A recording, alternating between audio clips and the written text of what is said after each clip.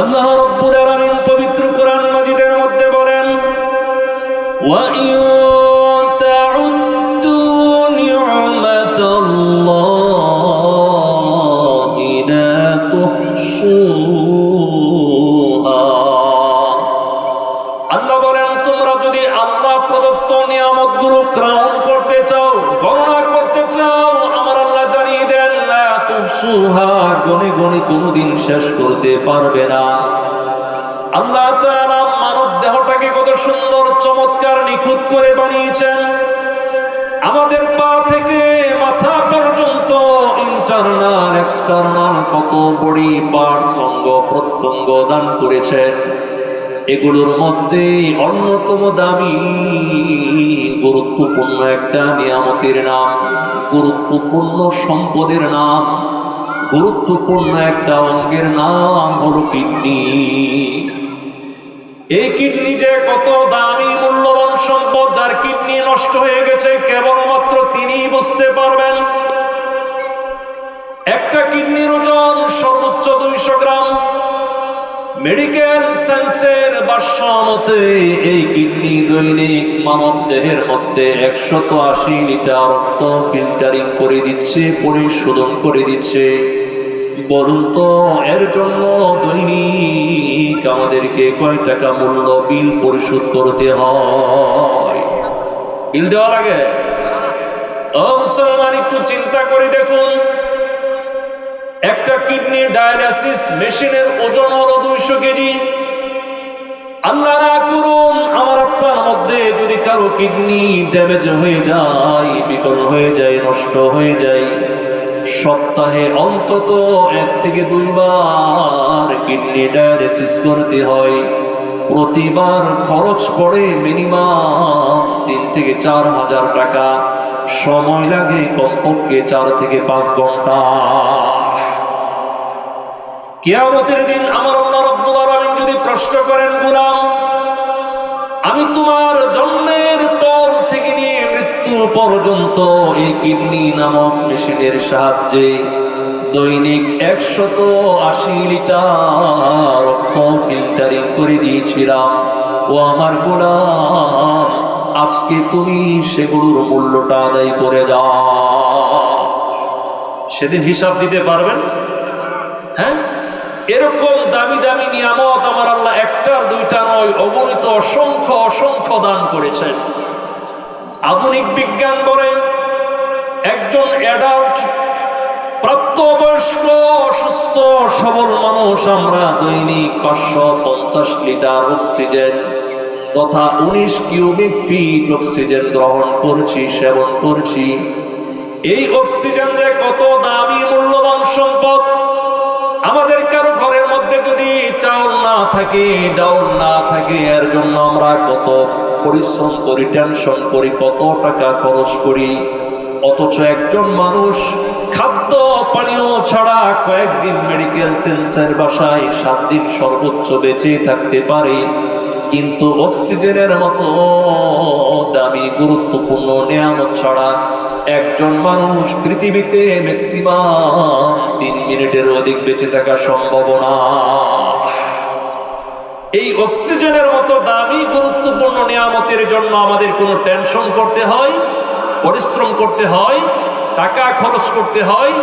বিনা শ্রমে, বিনা পরিশ্রমে, বিনা আবেদনে, বিনা চাওয়ায় যেই আল্লাহ আমাকে আপনাকে দৈনিক 550 লিটার অক্সিজেন সেবন করাচ্ছেন, এই অক্সিজেনের মতো দামি গুরুত্বপূর্ণ নিয়ামতের দায়িত্ব আমার আল্লাহ পৃথিবীর কোনো মানুষের কাঁধে, কোনো মানুষের হাতে দেন নাই, ঠিক কিনা বলেন? এই অক্সিজেনের মতো দামি গুরুত্বপূর্ণ নিয়ামতের দায়িত্ব যদি দুনিয়ার কোনো মানুষের কাছে দিতেন, তাহলে যার সাথে আমার শত্রুতামি আছে, যার সাথে আমার আদাওয়াতি আছে, আমরা ইচ্ছা করে তার অক্সিজেনটা বন্ধ করে দিতাম, ঠিক কিনা বলেন?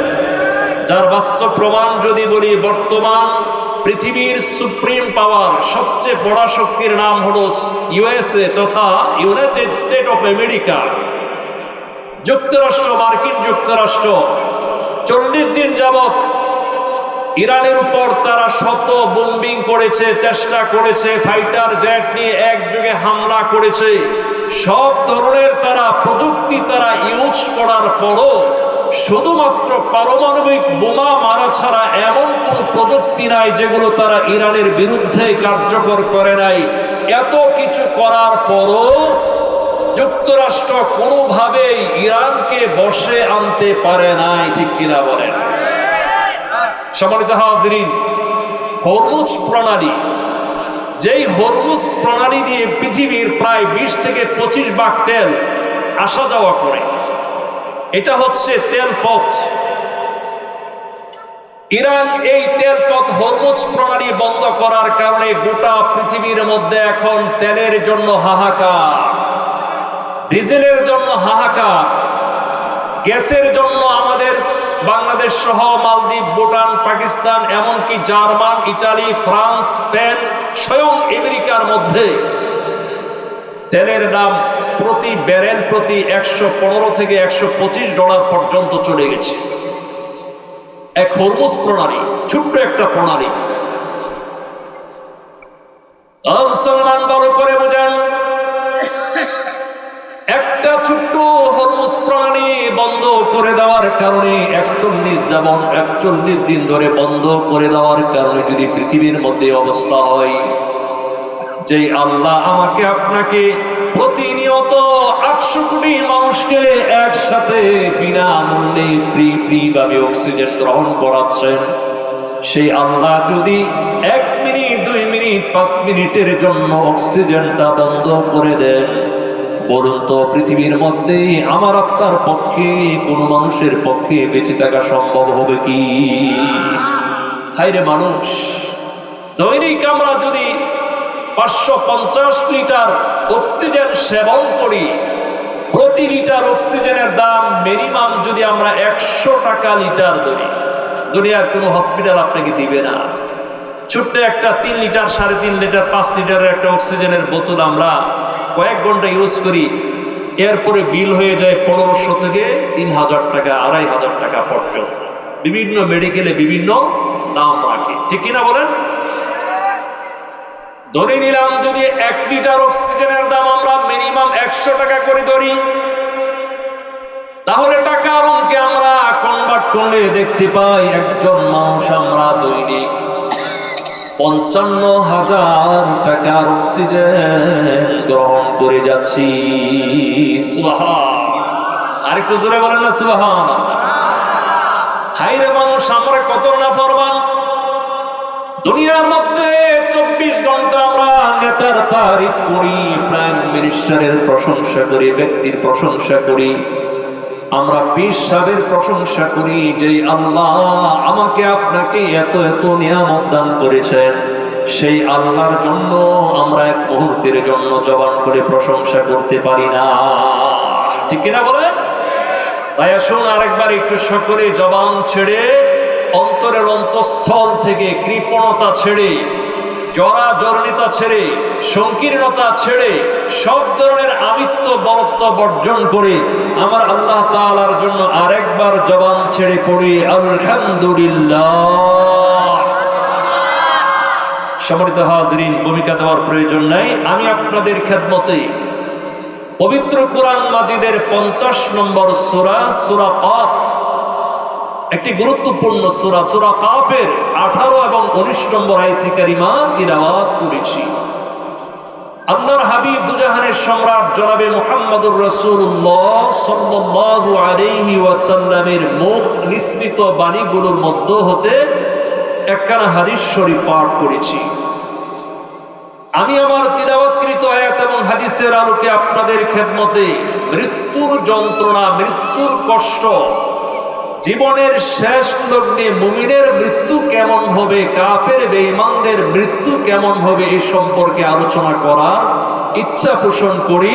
ওমা তৌফিকি ইল্লা বিল্লাহ, জুড়ে বলেন আমিন। মুসলমান বন্ধুরা আমার, আমরা যারা দুনিয়াতে আগমন করেছি, আজ হোক কাল হোক একদিন আমাদেরকে দুনিয়ার জমিন থেকে বিদায় নিতেই হবে। প্রতিটি প্রাণীকে মৃত্যুর স্বাদ আস্বাদন করতেই হবে। মৃত্যু হলো প্রতিটি মানুষের জন্য সুনিশ্চিত গন্তব্যের নাম। দুনিয়ার সকল সমস্যার সমাধান করা যায়, মৃত্যুর কোনো সমাধান করা যায় না। মৃত্যু হলো ইউনিভার্সাল ট্রুথ তথা আল্লাহ পাকের চূড়ান্ত শাশ্বত চিরন্তন বিধান। দুনিয়ার সব কিছু থেকে সুরক্ষা গ্রহণ করা যায়, কিন্তু মৃত্যুর হাত থেকে বাঁচার জন্য কোনো প্রটেক্ট, কোনো সুরক্ষা গ্রহণ করা যায় না। মৃত্যুর সামনে আমরা সবাই অসহায়। মৃত্যুর করাল গ্রাস থেকে আমরা কেউ রক্ষা পাবো না। দুনিয়ার মধ্যে আসার ক্ষেত্রে একটা সিরিয়াল আছে, যেমন প্রথমে দাদা, তারপর বাবা, তারপর ছেলে, তারপর নাতি দুনিয়াতে জন্মলাভ করে, কিন্তু যাওয়ার ক্ষেত্রে কোনো সিরিয়াল নাই। এখন নাতি যদি বলে দাদা দুনিয়াতে এসেছেন বহুদিন হয়েছে, দুনিয়ার নাজ নিয়ামত আলু পাতা দাদা এনজয় করেছেন, উপভোগ করেছেন, তাই দাদার জানটা আগে কবজ করা হোক। বলুন তো নাতির এমন যুক্তি তর্ক গ্রহণযোগ্য হবে কি? গ্রহণযোগ্য হবে? বরং আল্লাহ তাআলা তিনি যা ইচ্ছা করবেন তাই চূড়ান্ত সিদ্ধান্ত বলে গৃহীত হবে। কোন ধরনের ওজর আপত্তি, এক্সকিউজ কোনো কাজ করবে না, আসবে না। দুনিয়ার মধ্যে আমরা কত রঙিন স্বপ্ন দেখতাম, আমাদের স্বপ্নগুলো স্বপ্নই থেকে যাবে। দুনিয়ায় আমাদের বাড়ি, গাড়ি, নারী, অর্থ, ধন, সম্পদ সব কিছু পড়ে থাকবে। আমার আপনার সাথে দুনিয়ার বাড়ি, গাড়ি, অর্থ, ধন, সম্পদ, ক্ষমতা, পদ, পদবী কিছুই যাবে না। আহারে দুনিয়াতে আমরা যে পরিবার, সন্তান, সন্ততির মুখে একটু হাসি ফোটানোর জন্য রাতদিন পরিশ্রম করলাম, আমরা মাথার গাম পায়ে ফেললাম, ইভেন আমরা হালাল হারামের মধ্যে কোনো বাছ বিচার করলাম না। আমার আপনার দেহ পিঞ্জর থেকে রূহ নামক প্রাণ পাখিটি বের হয়ে যাওয়ার পর আমার আপনার পরিবার, পরিজন, সন্তান, সন্ততি আমার আপনার লাশটা একদিনের জন্য করে রাখতে রাজি হবে না, ঠিক কিনা বলেন? মুসলমান, আমার আপনার জন্য আত্মীয় স্বজন, পরিবার, সন্তান, সন্ততি কিছুদিন কান্নাকাটি করবে, ক্রন্দন করবে, বিদায় হুতাশ করবে, শোক পালন করবে, শোক সভা স্মরণ করবে, মসজিদের ইমাম খতিব সাহেবকে দিয়ে দোয়া মিলাদের আয়োজন করবে। এরপর আমাদের আপনজন ধীরে ধীরে আমার আপনার কথা বেমালুম বলে যাবে। ও মুসলমান, আমার আপনার পরিত্যক্ত রেখে আসা সম্পদ, আমার আপনার পরিবার, সন্তান, সন্ততি তারা ভাগ বাটোয়ারা নিয়ে ব্যস্ত হয়ে পড়বে। পক্ষান্তরে আমার আপনার লাশটাকে কবরস্থ করার পর মুনকার নাকিরের ইন্টারভিউ শুরু হয়ে যাবে, ঠিক কিনা বলেন? আস্তে আস্তে লাশটা পচে যাবে, গলে যাবে, কীট পতঙ্গের খোরাকে পরিণত হবে। দুনিয়ার মধ্যে আমার পরিবার, সম্পদ, সন্তান, বিবি, বাচ্চা দুনিয়ার মধ্যে মৌজ ফুর্তি করবে, আনন্দ করে বেড়াবে, মা বাবার কথা বেমালুম বাবার কথা বলে যাবে, ঠিক কিনা বলেন? এজন্য আল্লাহ রাব্বুল আলামিন পবিত্র কোরআন মাজিদে বলেছেন, ইয়া আইয়ুহাল্লাযীনা আমানু ইন্না মিন আজওয়াজিকুম ওয়া আওলাদিকুম আদুওয়ান লাকুম ফাহযারুহুম।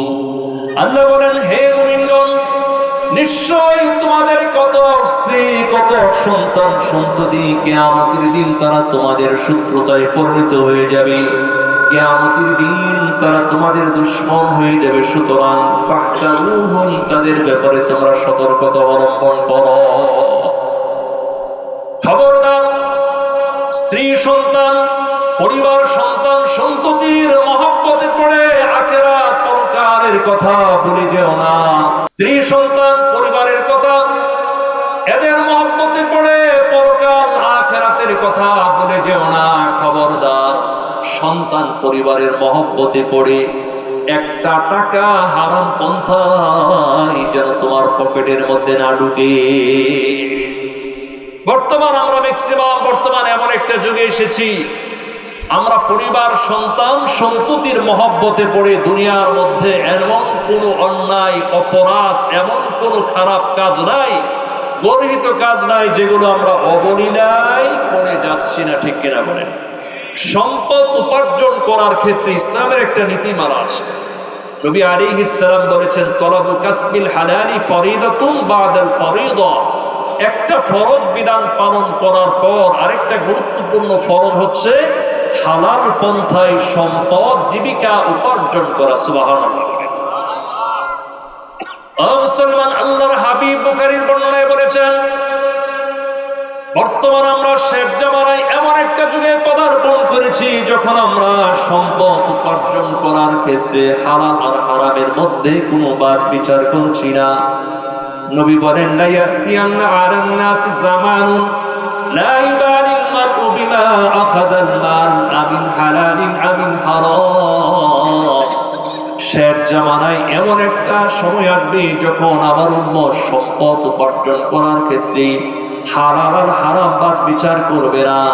এটা দেখবে না সম্পদ এটা কি হালাল পন্থায় নাকি হারাম পন্থায় উপার্জিত হলো। নাউযুবিল্লাহি মিন যালিক। এই সম্পদ কাদের জন্য? পরিবার সম্পদ, পরিবারের জন্য, সন্তানের জন্য না। এরা আমার আপনার দুশমন হয়ে যাবে। এই সম্পদের কারণে কিয়ামতের দিন তারা আমার আপনার বিপক্ষে সাক্ষ্য প্রদান করবে। আরে দুনিয়ার মধ্যেই তো পরিবার, সন্তান, এমনকি মা বাবা, আমি আপনি বিপদে পড়লে বিন্দু পরিমাণ কোন সাহায্য করতে পারে না। আর কিয়ামতের কঠিন মুসিবতের দিন সম্পর্কে আমার আল্লাহ পাক সূরা মুমিনুনের 101 নম্বর আয়াতে বলেন, আমার আল্লাহ বলেন, ফাইযা নুফিখা ফিস সূরি ফালা আনসাবা বাইনাহুম ইয়াওমাইযিন ওয়ালা ইয়াতাসাআলুন। আল্লাহ বলেন, অতঃপর যখন কিয়ামতের দিন সিংহায় ফুৎকার প্রদান করা হবে, সেদিন কোন আত্মীয়তার সম্পর্ক থাকবে না, বৈবাহিক সম্পর্ক থাকবে না, বন্ধু বান্ধবের কোন সম্পর্ক থাকবে না। সেদিন সকলেই সম্পর্ক বিচ্ছিন্ন করবে।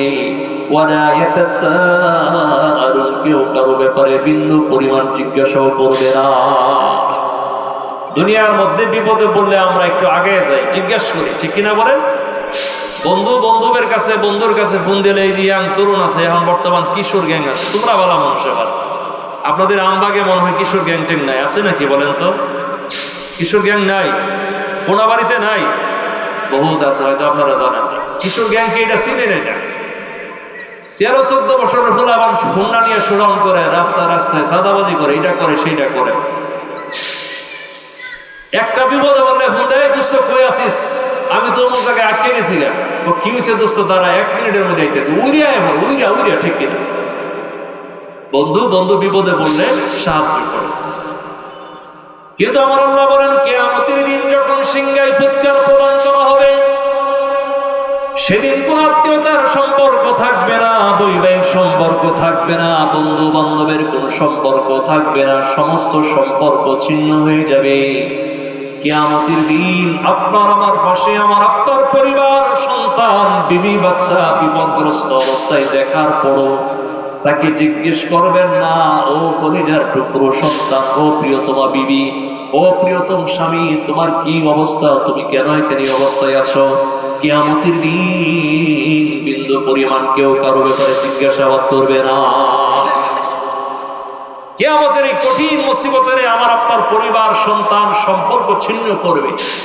নবী আলাইহিস সালাম বলেছেন, সব সম্পর্ক ছিন্ন হয়ে গেল। নবী বলেন, আমার বংশ পরম্পরা কিয়ামতের দিন অটুট থাকবে, বিচ্ছিন্ন হবে না। সুবহানাল্লাহ। সেই নবীর উম্মত আমি। দুনিয়ার মধ্যে আমার আপনার আপন পরিবার, সন্তান, রাজনৈতিক নেতা কোনো মূল্যাংশী না। দুনিয়ার মধ্যে আমার আপন যারা, কিয়ামতের দিন তারা পর হয়ে যাবে। দুনিয়াতে আমরা যাকে পর বানিয়ে রেখেছি তিনি হচ্ছেন আমাদের প্রাণ প্রিয় নবী সরকারে দো আলম জনাবে মুহাম্মদুর রাসূলুল্লাহ সাল্লাল্লাহু আলাইহি ওয়াসাল্লাম। সেই নবীর আদর্শ যারা মেনেছে, নবীকে যারা নবী হিসাবে স্বীকৃতি প্রদান করেছে, কিয়ামতের কঠিন মুসিবতের দিন নবী আলাইহিস সালাম তিনি তার উম্মতকে এক মুহূর্তের জন্য কিয়ামতের দিন ভুলে যাবেন না। সুবহানাল্লাহ। ও মুসলমান, আমরা তো এখন নবীর উম্মত বলে দাবি করি। বর্তমান আমরা শেষ জামানায়, আখিরুজ জামানে পদার্পণ করেছি। শেষ যুগ এমন একটা যুগ, যেই যুগ বহুমুখী, বিভিন্নমুখী ফিতনা ফাসাদের যুগ। চাইলেই আমরা ফিতনা ফাসাদ থেকে বেঁচে থাকতে পারি না। আমাদের মধ্যে এমন মুসলমান নরনারী আছে যারা বোরকা পরিধান করে, যাদের মুখে দাঁড়িয়ে আছে, মাথায় টুপি দেয়। অনেক মৌলানা সাহেবরাও পর্যন্ত বিগত কয়েকদিন পূর্বে পহেলা বৈশাখ উপলক্ষে তারা ইসলামী মূল্যবোধকে ধারণ করে পহেলা বৈশাখ পালন করার যে নোংরামি কালচার সভ্যতা চালু করেছে, দেখতে দেখতে দিনের পর দিন এই পহেলা বৈশাখের সভ্যতা সংস্কৃতি গোটা বাংলাদেশকে গ্রাস করে ফেলবে। ঠিক কিনা বলুন? আজকে বড় আফসোস, আমরা আলেম ওলামারা, মসজিদের ইমাম খতিব ওয়াইজগণ পহেলা বৈশাখের নেগেটিভ দিক নিয়ে আমরা আলোচনা করার পরও এদেশের মিনিমাম কমপক্ষে হলো 10% মুসলমান পহেলা বৈশাখ পালন করেছে। শুধু পালন করেছে বললেই ভুল হবে। আমরা সোশ্যাল মিডিয়া এবং পেপার পত্রিকার মধ্যে দেখেছি বাংলাদেশের বিভিন্ন মডেল মসজিদগুলোতে তথাকথিত নামদারি মুসলমান নামের কুলাঙ্গাররা মডেল মসজিদকে নাপাক করে নারী পুরুষের যে অবাধ মেলামেশা করেছে, এটা জাতি হিসাবে, মুসলিম হিসাবে লজ্জা ঘৃণার বস্তু ছাড়া কিছুই হতে পারে না। আপনারা দেখেছেন হয়তো এক জায়গায় পহেলা বৈশাখের মেলা দেখার জন্য মসজিদের ছাদে উঠে মেলা দেখতেছে নারী পুরুষ। নাউজুবিল্লাহ কইতেন না? কষ্ট লাগে না আপনাদের? মুসলমান এই জিনিসগুলো হালকা মনে করতে করতে করতে করতে এখন পহেলা বৈশাখে এমন সব জিনিস করে। পহেলা বৈশাখ আসলে দেখবেন, আমরা পহেলা বৈশাখ বাঙালি সংস্কৃতি অনুযায়ী আপনারা করেন, আমাদের কোনো আপত্তি নাই। তাহলে মুসলমানিত্ব ঠিক রাখতে হবে। মুসলমান মনে রাখবেন, মৃত্যু যেমন অবিসম্ভাবী, মৃত্যুর যন্ত্রণাও অবিসম্ভাবী। মৃত্যুর যন্ত্রণা, মৃত্যুর কষ্ট বড় কঠিন। দুনিয়ার সমস্ত দুঃখ যন্ত্রণা কষ্টকে এক করা হলেও মৃত্যুর যন্ত্রণা কষ্টের সমান হবে না। মৃত্যুর কষ্ট ভাষায় ব্যক্ত করা সম্ভব। তার প্রকৃত বাস্তবতা সম্পর্কে সেই মানুষটি বলতে পারবে যে ব্যক্তি মৃত্যুর মুখোমুখি হয়েছে।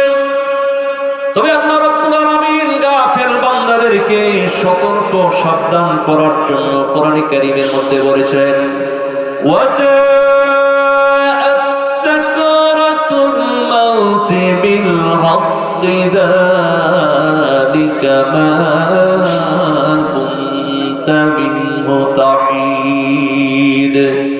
আল্লাহ বলেন, নিশ্চয় মৃত্যুর যন্ত্রণা আসবেই আসবে। হে মানুষ, এটা তো সেই জিনিস যা থেকে বাঁচার জন্য তোমরা টালবাহানা করতে, পলায়ন করতে।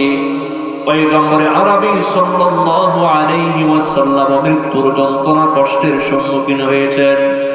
আম্মা জান আয়েশা রাদিয়াল্লাহু আনহা থেকে বর্ণিত আছে, তিনি বলেন, নবী আলাইহিস সালামের মৃত্যু তো আমার কোলে থাকা অবস্থায় হয়েছে। আমি দেখেছি নবী আলাইহিস সালামের মাথার কাছে একটা ঠান্ডা পানির পেয়ালা রাখা ছিল। আল্লাহর নবীর যখন সাকরাতুল মউত শুরু হয়ে গেল, তিনি বারবার পেয়ালার মধ্যে হাত ঢুকাইতেন আর চেহারা মুছতেন আর বলতেন, লা ইলাহা ইল্লাল্লাহ ইন্না লিল মাউতি সাকারাত। নবীজি বলতেন, আল্লাহ ছাড়া কোনো মাবুদ নেই, অবশ্যই নিশ্চয় মৃত্যুর যন্ত্রণা বড় কঠিন, নিশ্চয় মৃত্যুর যন্ত্রণা বড় সাংঘাতিক।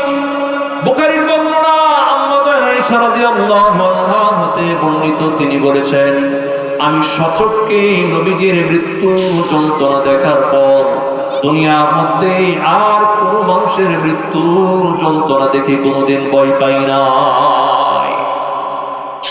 হাদিসের এক বর্ণনা এসেছে, পয়গম্বর মুসা আলাইহিস সালামের ইন্তেকালের পর কোন একজন ব্যক্তি স্বপ্নে দেখে জিজ্ঞেস করলেন, ওগো পয়গম্বর মুসা আলাইহিস সালাম মৃত্যুর যন্ত্রণা কষ্ট কেমন অনুভব করেছেন।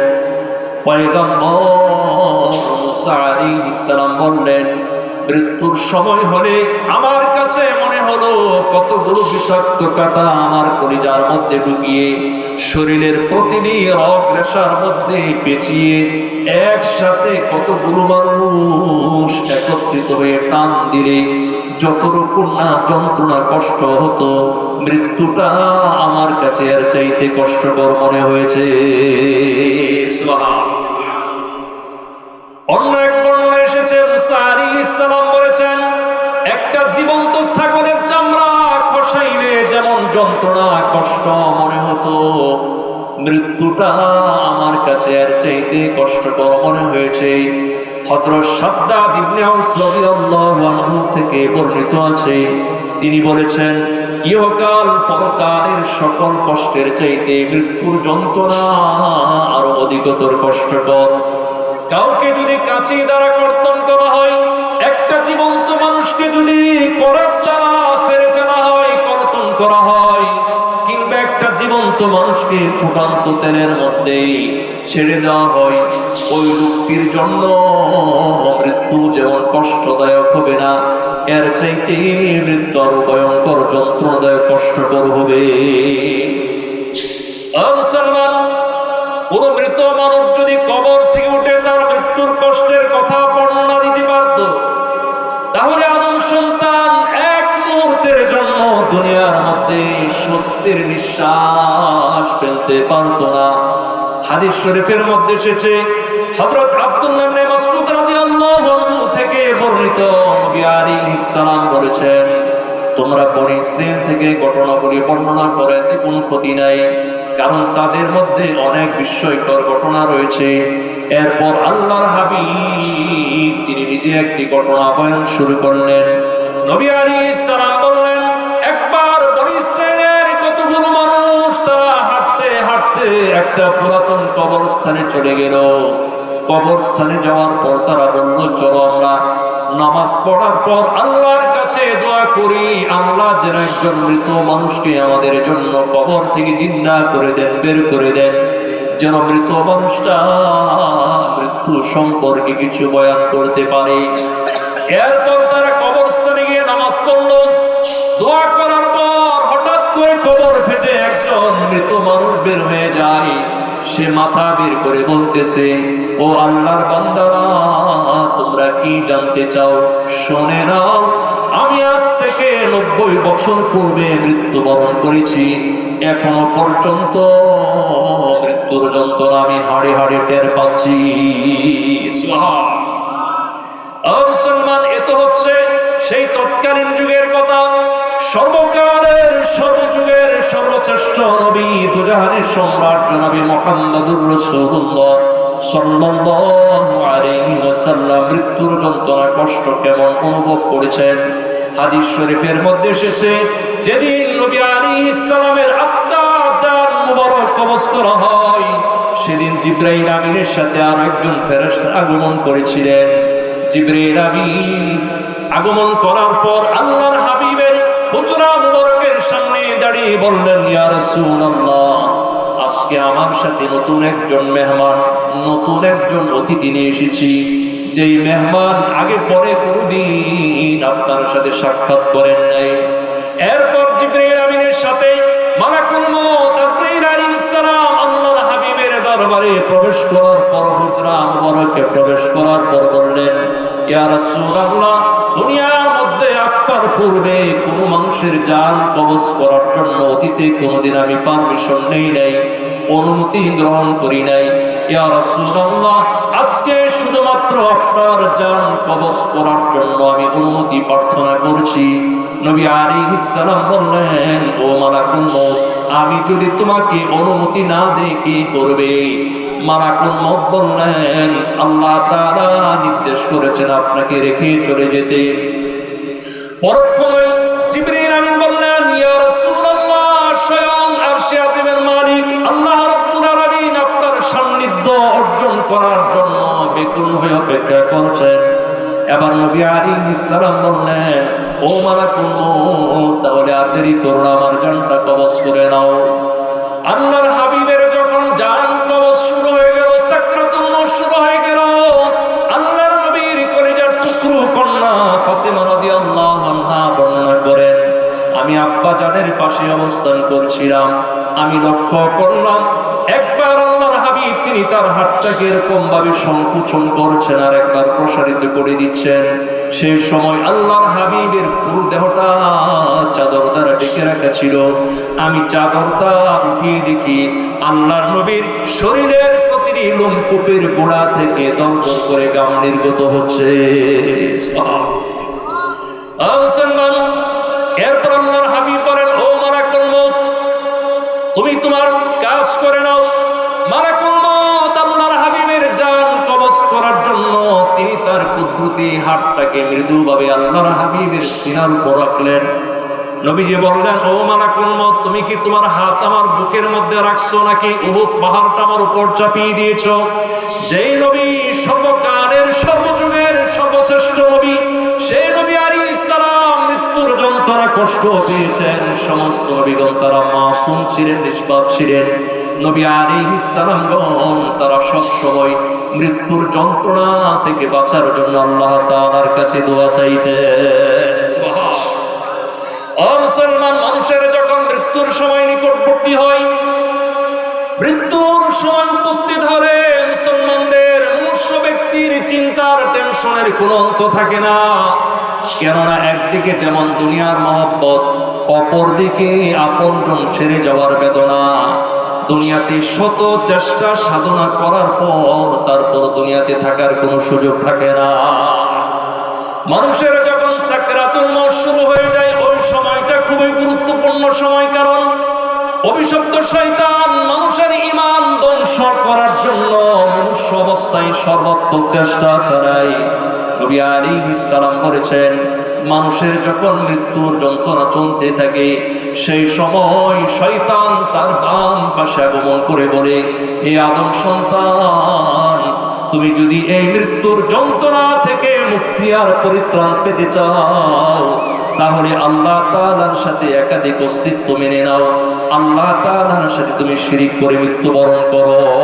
নাউজুবিল্লাহ। 2 মিনিট শেষ করে দিচ্ছি।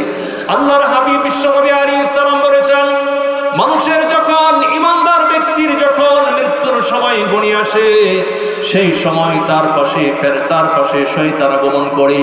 এক শয়তান তার ডান পাশে, আরেক শয়তান তার বাম পাশে আগমন করে। ডান পাশের শয়তান বাবার আকৃতি ধারণ করে বলে, ই আমার কলিজার টুকরো সন্তান, দুনিয়ার মধ্যে তোমার জন্য আমি কত পরিশ্রম করেছি, দুনিয়াতে কত মহব্বত স্নেহ করতাম। ও বাবা, তুমি যদি মৃত্যুর যন্ত্রণা থেকে মুক্তি পেতে চাও, পরকালীন জীবনে নাজাত আর কল্যাণ পেতে চাও, তাহলে তুমি খ্রিস্টান ধর্ম গ্রহণ করে মৃত্যুবরণ করো। নাউজুবিল্লাহ।